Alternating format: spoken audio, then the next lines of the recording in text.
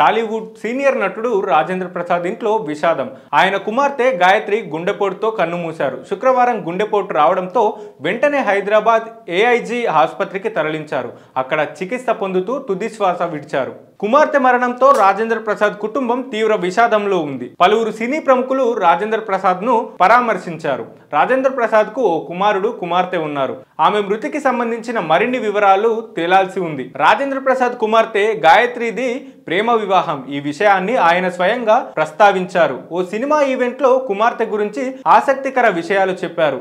అమ్మ లేనివారు కూతురితో వారి అమ్మను చూసుకుంటారని, తన 10 ఏళ్ల వయసులో తన తల్లి చనిపోయారని ఎమోషనల్ అయ్యారు. తాను కూడా తన కూతురిలో అమ్మను చూసుకున్నానని, కానీ తనకు కూతురితో మాటలు లేవని చెప్పుకొచ్చారు. తన కూతురు ప్రేమించిన వ్యక్తితో వెళ్లిపోయిందన్నారు. గత నెలలో రాజేంద్ర ప్రసాద్ సోదరుడు గద్దె వీరభద్రస్వామి విజయవాడలో జరిగిన రోడ్డు ప్రమాదంలో చనిపోయారు. వీరభద్రస్వామి ఔషధ నియంత్రణ మండలి కార్యక్రమంలో ఉద్యోగి కాగా, విజయవాడలోని రామవరప్పాడు దగ్గర బైక్ లోని పెట్రోల్ పోయించుకొని వెళ్తున్న ఆయనను గుర్తు తెలియని వాహనం ఢీకొని తీవ్ర గాయాలయ్యాయి. వెంటనే ఆయన్ను ఆసుపత్రికి తరలించగా అక్కడ చికిత్స పొందుతూ కన్నుమూశారు. వీరభద్రస్వామికి కుమారుడు, కుమార్తె ఉన్నారు. వాళ్ళిద్దరూ కెనడాలో స్థిరపడ్డారు. రాజేంద్ర ప్రసాద్ ది కృష్ణా జిల్లా నిమ్మకూరు కాగా, తల్లిదండ్రులు గద్దె వెంకటనారాయణ, మాణిక్యాంబ. తండ్రి teacher. Rajendra Prasad ceramic engineering లో డిప్లొమా పూర్తి చేశారు. సీనియర్ ఎన్టీఆర్ ది నిమ్మకూరు కావడంతో రాజేంద్ర ప్రసాద్ కూడా సినిమాల వైపు రావాలనుకున్నారు. రాజేంద్ర ప్రసాద్ మిమిక్రీలే చేస్తూ